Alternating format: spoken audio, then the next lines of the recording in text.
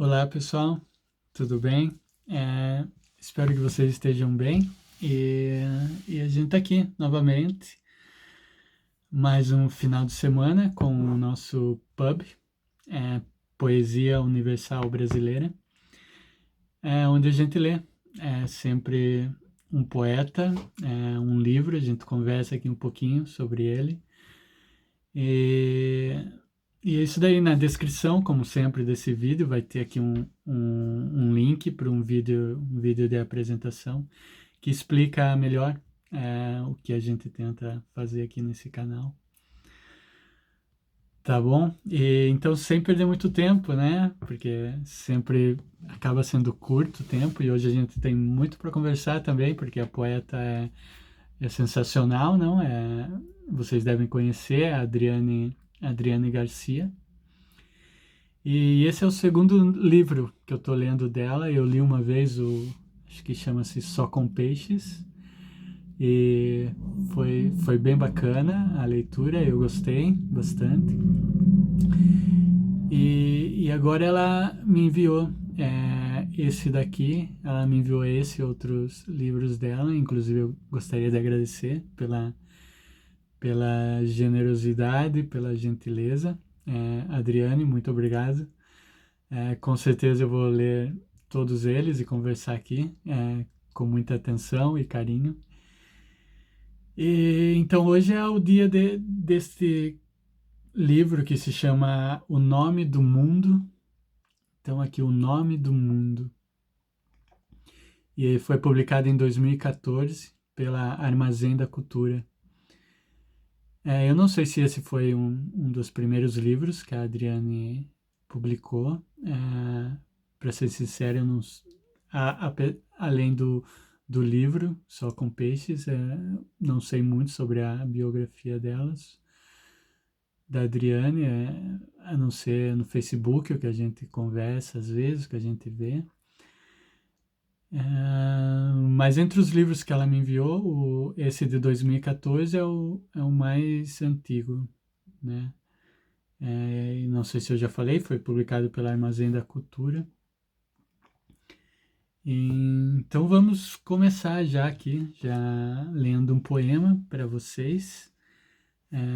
Eu gostaria de começar lendo o primeiro poema do livro, que é um poema que eu gosto bastante. Eu acho que a poeta acertou com esse poema, em termos de linguagem, de estrutura, bem interessante. E a gente poderia falar aqui meia hora só desse poema. Mas o poema em si tem o nome de Isto Explica. E é interessante que isto explica, esse poema, isto explica não só o poema em si, ou a posição da poeta, mas também muito do que a gente vai encontrar no restante desse livro, que é uma poeta realmente ligada com essa questão da explicação, ou com a questão, poderíamos dizer, científica da, da palavra. Uma poeta que tenta transformar, né, o poema ou a palavra em coisa, né, em aquilo que, sim, quase um experimento, né, ou um resultado, na verdade, um resultado científico. O experimento seria cada verso, não? O experimento seria a linguagem, seria, né, a relação, né, os cortes dentro do poema, não toda essa estrutura, mas o poema em si seria o resultado dessa pesquisa, né, quase científica, não? Então é uma poeta que poderíamos dizer que ela está mais ligada, ao menos nesse livro, com a questão dos acontecimentos, com a questão dos eventos, num poema mais descritivo, né, mais de, digamos, apresentação do que representação, por assim dizer.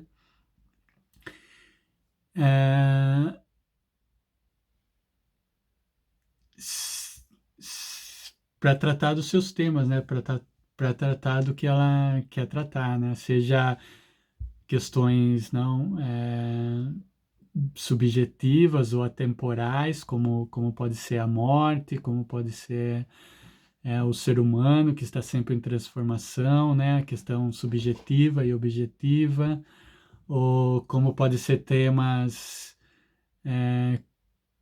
que lidam com a questão do animal, ou com a questão até algo não que a gente vai conversar aqui um pouquinho, né? Que eu já me perguntei quando eu li Sol com Peixe se a Adriana é vegetariana ou algo assim, porque tem vários poemas que lidam com a questão animal, mas com uma questão específica, não da produção da bovina, do cuidado do bovino, do consumo, né, da carne, não bovina, da carne animal.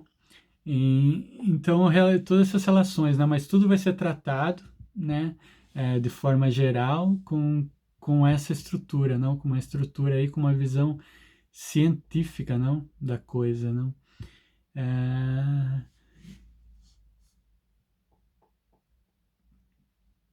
E acho que é melhor a gente ler daí o poema, que a gente acho que vai entender melhor. Então, isso explica, né, é, e, e isso explica também, né, a gente pode lembrar do nome do livro, que é O Nome do Mundo.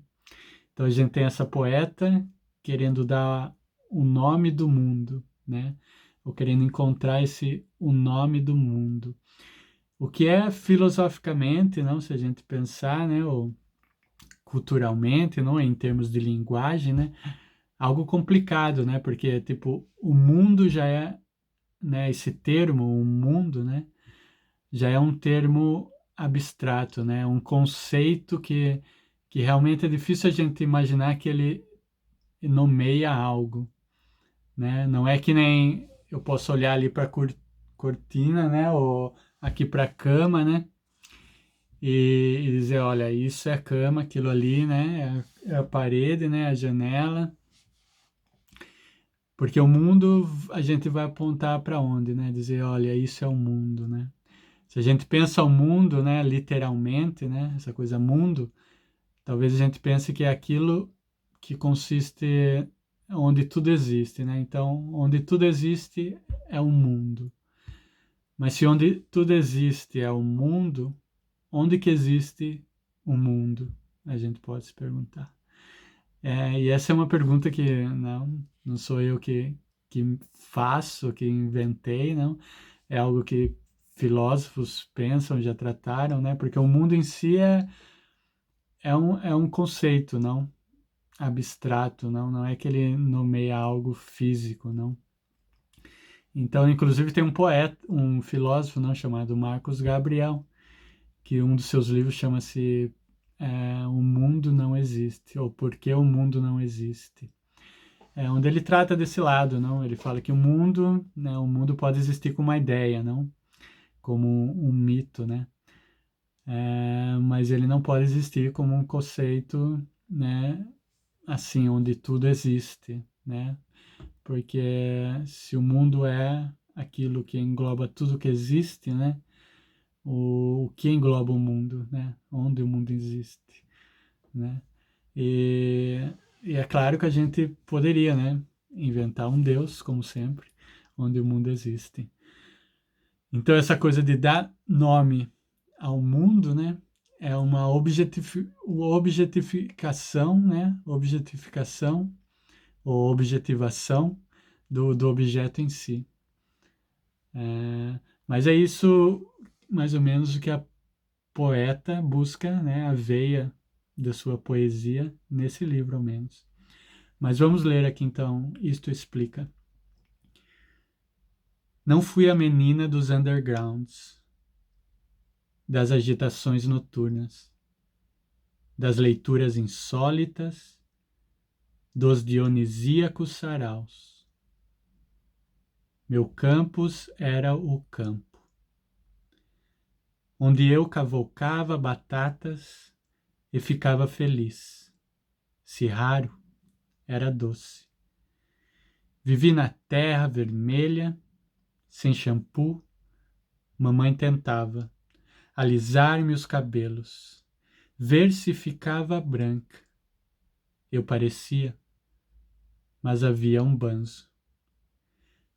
Negra acima de tudo, a alma. Por sorte aprendi a ler e consegui decifrar as placas no navio. Cheguei atrasada, uns 1000 anos, para a aula sobre Rambo. Então é muito interessante esse poema e a gente não vai poder conversar aqui só sobre ele, mas a gente poderia. Mas se vocês puderem, não leiam com cuidado, vejam principalmente essa questão da linguagem, não? Como a poeta, principalmente essa frase, né? Meu campus era o campo. Então no campus aí ela divide, né, a estrutura do poema. A gente já não vai mais encontrar palavras em inglês, como em cima encontrou. Então há essa divisão entre o lado acadêmico e o lado da terra, né? O lado do trabalho com a mão e o lado do trabalho intelectual. E isso está bem definido na própria estrutura do poema. E depois a gente tem uma parte, né, meio separada, onde a gente encontra até a palavra alma. Então é um poema que se explica, mas ao mesmo tempo tem que se utilizar dessa invenção, né, desse mito, né, dessa não linguagem que é a alma, e termina maravilhosamente, né, com esse cheguei atrasada uns 1000 anos para a aula sobre Rambo. Mas a gente tem que pensar que a poeta chegou atrasada, mas ela chegou, né? E quando para ela escrever isso aqui, quer dizer que ela já chegou, né? Então, quer dizer, o que ela escreve aqui já está influenciada por isso, né? Por mais que ela tenha chegado atrasada. Mas o poema é sensacional, né? E vale a pena um vídeo inteiro. Mas vamos seguir com essa coisa para a gente ver, já que a gente gosta de tratar com o livro em si, né? Todo o livro. E esse livro, ele tem 80 poemas, que se vocês estão me seguindo aqui, vocês vão saber que eu já falei que para mim, um livro, quando ele começa e passar de 50 poemas, né? Um máximo 60, eu já encontro aí que a mesma lapidação, né? Que a gente exige para os poemas em si, eu acho que a gente devia exigir para os livros, né? E na minha pessoal opinião, né? Humilde, bem pessoal realmente, eu acho, né? E tem sido comprovado, infelizmente, não? Os livros que começam a passar aí de 50 poemas, 60, a gente começa a encontrar muita repetição, né? Muitos temas que se repetem, né? Estruturas, não, linguagens, e tudo aquilo poderia ter sido dito, não, maravilhosamente, né, em 50 poemas, né, em 40 poemas. E é engraçado, não, que a gente, tipo, dificilmente alguém, ou seria impossível, né, alguém escrever um CD, ou músicas, né, e produzir aí, não, 40 músicas para um CD, não, 50 músicas ou até 30, né? Eles ficam aí 15, né? E mesmo assim a gente tem que escutar aquele CD, né? Se é um bom CD, né? Se é, vamos dizer, sei lá, qualquer CD que seja bem trabalhado, né? Musicalmente, né? É, a gente tem que escutar várias vezes, não? Para poder capturar tudo que tem ali, né? Desvendar. Então o mesmo é com poesia, não? O mesmo é com poemas, né? Então um livro de poemas bem trabalhado com 40 poemas, ele já vai ser sensacional, né? E vai ter ali linguagem, vai ter conteúdo, vai ter tudo ali, né? Para a gente tratar, conversar, né? O resto da vida, né? Porque assim é a poesia, né? A poesia nos dá alimento para o resto de nossas vidas. Mas isso é só um detalhe, né? A poeta escolheu assim, cada um é livre, né? Cada um tem sua preferência nesse sentido. Em qualquer dos sentidos também. Mas, seguindo então, eu gostaria de ler para vocês então, já diretamente cair nessa área, né? Então, inclusive tem um poema aqui que se chama Científica, que eu gostaria de ler para vocês. Então aí, novamente, né, nessa coisa da ciência, né, do lado biológico, né, separando o cultural, né, o lado da linguagem em si, né, porque o lado cultural é o lado da linguagem. Então, científica. Os vivos dormem, não eu. Estou sobre a lápide, sentada. Silêncio absoluto. Os mortos nada sabem. Não partilham mais, nem dormem. Agora são pó. Reações químicas, inconscientes de fagulhas. Eu as observo, sem inocência ou temor. Já não sou mais criança.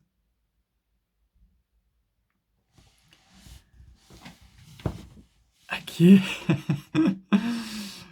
Já não posso dizer que eu gosto tanto desse poema como eu gosto do primeiro. E eu acho que tem várias partes aqui difíceis de serem, vamos dizer, lidas sem que cause assim um tormento, né? Até mesmo essa última frase, né? Já não sou mais criança, né? É, por vários motivos, né? A gente entende, né? A intenção do poema, né? Da poeta, né? Mas o que é a ciência, né? O que é a ciência se não uma criança, né? Diante de outras artes, a ciência ainda está caminhando, por assim dizer, não? Nos seus, não, 200, 300 anos de ciência, não é de método realmente, não de tecnologia científica, não, comparado não com a filosofia nos seus 2000 anos ou mais de 2000 anos, ou, né? E ao mesmo tempo a gente sabe que não há ciência, não há filosofia, não há nada sem a curiosidade, não aquela curiosidade que a gente sempre acha enriquecedor, né, numa criança de se perguntar por quê, questionar, duvidar, não, que às vezes até nos irrita, não, mas então isso é ser criança, né, e isso é ser científico também, não, isso é ser filosófico, não, isso é ser questionador, não. Então, não sei, esse poema, eu entendo, assim, o poema dentro do geral, de todo o livro, né? Mas ele não chega aqui não a me tocar, né? Tanto na sua estrutura, tanto na sua linguagem, né? Tanto em certas imagens. É, embora o poema seguinte, né? Que falemos se chama Três Olhares, e ele diz assim o seguinte: Três olhares. Os cães têm todos os mesmos olhos, pedidos vítreos. Os macacos têm todos os mesmos olhos, lamentos encapsulados. Os humanos têm todos os olhos, disfarces da cegueira.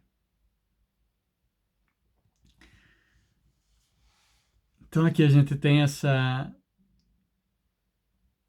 total concisão em um poema de 6 versos, onde a partir do ponto de vista do humano e seus disfarces de cegueira, a gente qualifica os cães, qualifica os macacos e nos qualificamos a nós mesmos. E isso é o interessante da linguagem, né? Essa ambiguidade. Porque ao mesmo tempo, sem a linguagem, né, sem essa capacidade de poder discutir a nossa cegueira, né, é, como a gente vai poder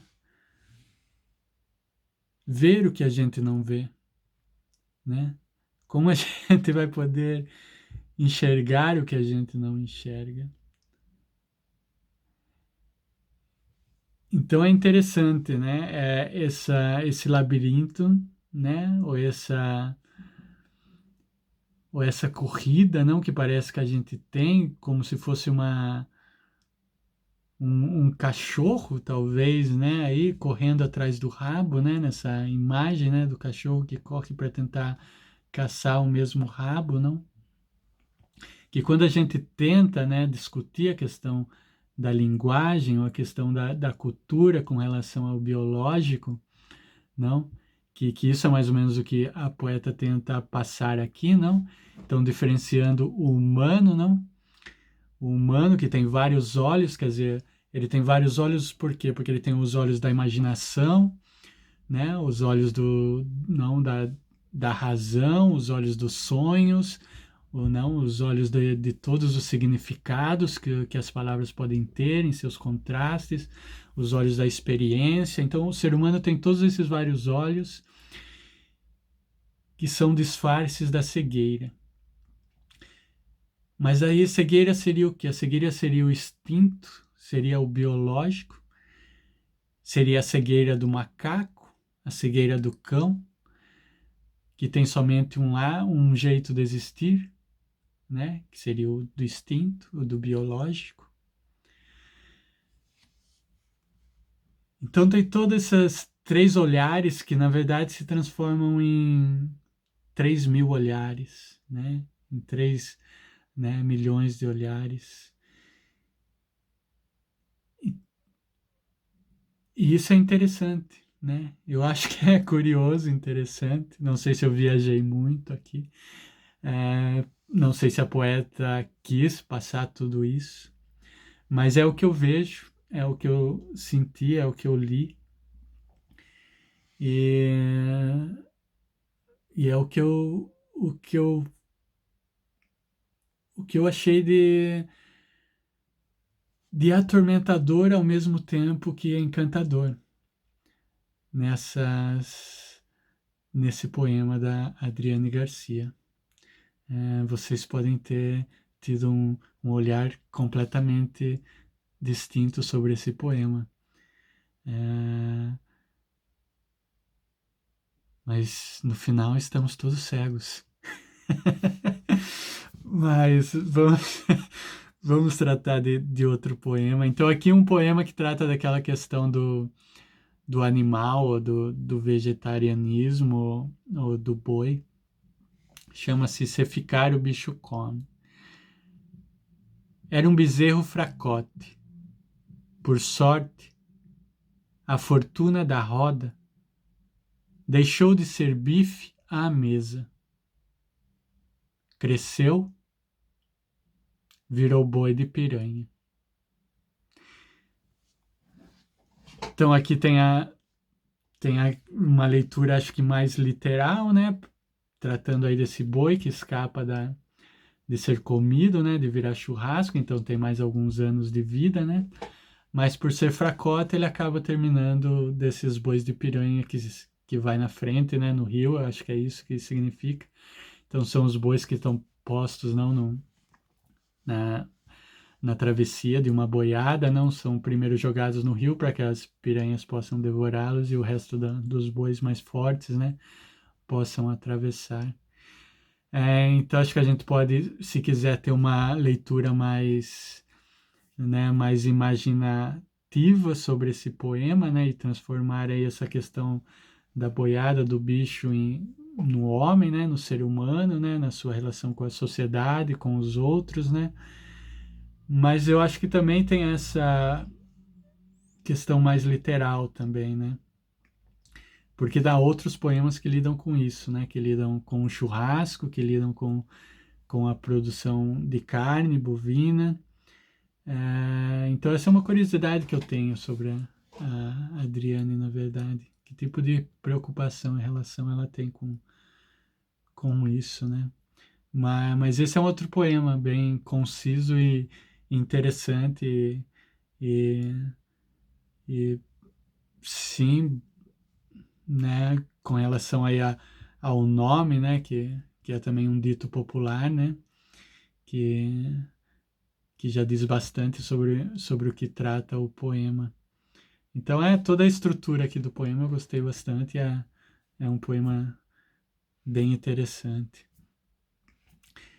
Então outro tema, né, que a gente trata aqui, que é então aqui para churrasco, né, a gente tem esse poema, né, tem um que chama Boiada, né, que trata disso também. E, e a Adriana, quem a segue, né, sabe que ela é muito crítica, né, dessa questão também religiosa, né? Apesar de a gente ter visto, né, que ela no primeiro poema ela usa o termo alma, né? Inclusive outro poema que a gente vai ler aqui ela usa do deus Shiva, né? Para passar a sua ideia dentro do poema. E, então tem esse contraste, não sempre, que todos nós caímos, né, como poetas ou como usadores de linguagem, né, essa ambiguidade, né, e é isso que às vezes eu gosto do poema, do poeta que tem consciência disso e trata disso no seu próprio poema. Ele traz isso à tona e fala, olha, eu sou algo ambíguo, não, a linguagem me trai, né, porque é isso que é a linguagem, não? E você não tente, né? Não tente se proteger dela, não tente querer achar que você é superior a ela e que você tenha a capacidade de transmitir tudo que você quer transmitir através dela de forma clara, precisa e, né, e consistente, porque você não vai conseguir, não, ainda mais se tratando de poesia, né? Que por si só tem na sua essência, por assim dizer, né? Sim, a questão da ambiguidade, não a questão do contraste, não entre formas, não entre a forma, a linguagem, né? O tema e então é isso daí. Então vamos ler aqui mais um poema para a gente seguir conversando sobre esses temas. Então, esse poema se chama Parque de Diversões, que eu também achei bem interessante. E, e aqui, como vocês podem ver, a Adriana também ela escreve de forma livre, né? Só que cada poema vai ter sua própria estrutura, né? Então, ela, assim como Lau Siqueira, não, que a gente viu, é, eles não escrevem, cada poema terá sua própria estrutura, não sua própria forma, né? Mas dentro deles eles buscam aí os versos, não? E se organizam os versos em 4 4 4 4 4 1 4 1 4 ou 4 2 4 2. Sempre tem essas estruturas, né? E sempre é bacana, né? Ver o poeta que é consciente disso, né? Eu acho bacana. E a Adriana, sem dúvida, não? Ela tem total domínio sobre essa relação, né, de linguagem, estrutura e tema, né? Ela sabe muito bem, né, que essas coisas elas trabalham de forma única, como a gente falou antes, né? No caso dela, são quase experimentos que tornam esse resultado final, que busca passar essa imagem, né? Quase científica, não? Então, parque de diversões. As sensações nos distraem. E é por isso que temos corpo. Não pode ser somente um saco, levando uma alma pesada. O corpo é um carro para a viagem. E até nisso há as distinções de classe. Corpo imóvel também viaja, mas não corpo sem sinapse. Os pássaros não inventam parque, e os pinguins reais não surfam, mas nós inventamos fábulas, e a 7ª e a 8ª arte. Também animal nenhum sofreu a condição primária. Estar onde tudo é, não ser onde tudo está. Então a gente pode ver aqui que esse parque de diversões é o parque da linguagem, né? Então é o parque também dessa que a gente já tratou, né? Que a poesia trata bastante, não? Principalmente contemporânea, não? A questão novamente, né? Do biológico, do mundo, né? Biológico, a gente tem aqui, não? Os pássaros não inventam parque. Os pinguins reais não surfam, mas nós inventamos fábulas. E como inventamos fábulas? Não? Através da linguagem, né?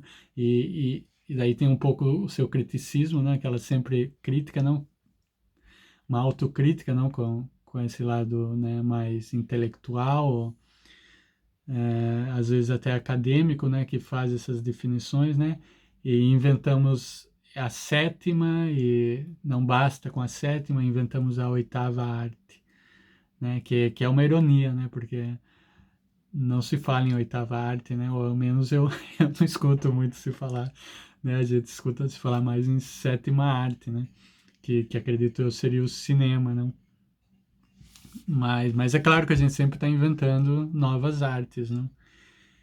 E então tá a poeta tratando disso, não? Dessa forma, não? Bem concisa, não? Mas, novamente, ela não se sente constrangida de usar o termo alma para passar uma imagem que lhe sirva, não? E no final é bem interessante, não? Essas duas últimas frases, não? Estar onde tudo é, não ser onde tudo está. Se você gosta de filosofia, eu aconselharia você a pensar nessas duas frases. E se pergunte, será que pode estar onde tudo é? É possível se estar onde tudo é e não ser onde tudo está? Qual é realmente a diferença entre estar e ser? Se coloque essa pergunta, pense um pouquinho. Mas sigamos aqui com mais poesia da, da Adriane Garcia. Eu gostaria de ler esse poema que chama-se Siga Sem Paz, que também eu achei muito interessante, bem bacana.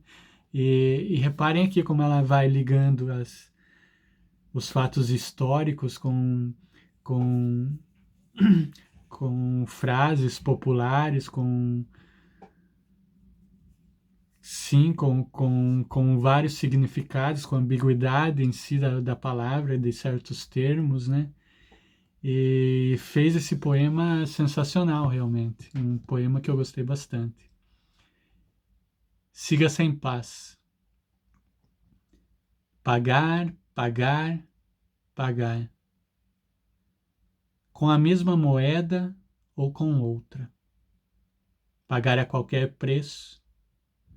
Esvaziar a alma. Pagar. Tirar tudo.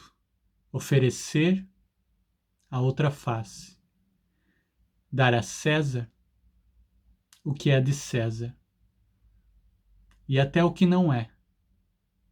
Perambular de novo. Olhar vitrine. Ver ela. O sonho de consumo. Mais caro. Mas caro demais.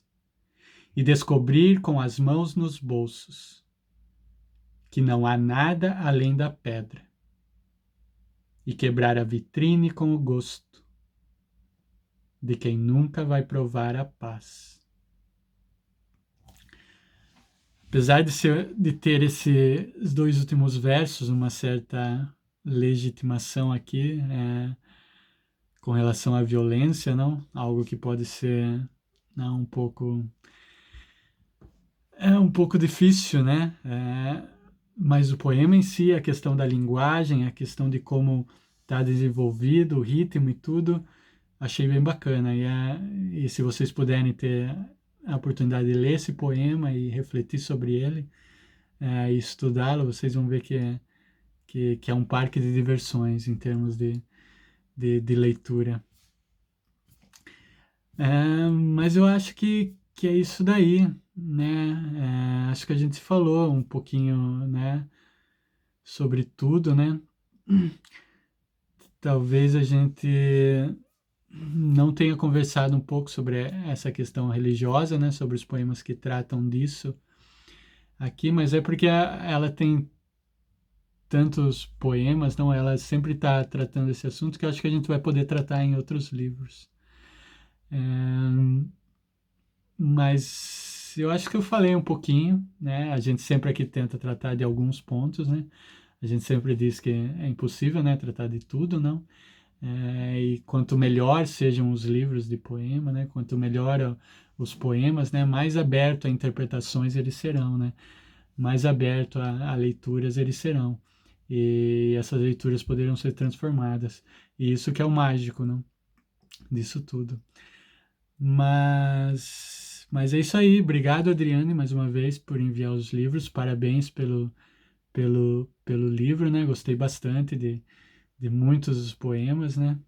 É, e vou deixar vocês aí com o último poema, que eu gostei bastante, que chama-se Palavras. Então vocês vão poder ver aqui um pouco também daquilo que a gente já tratou aqui, tá?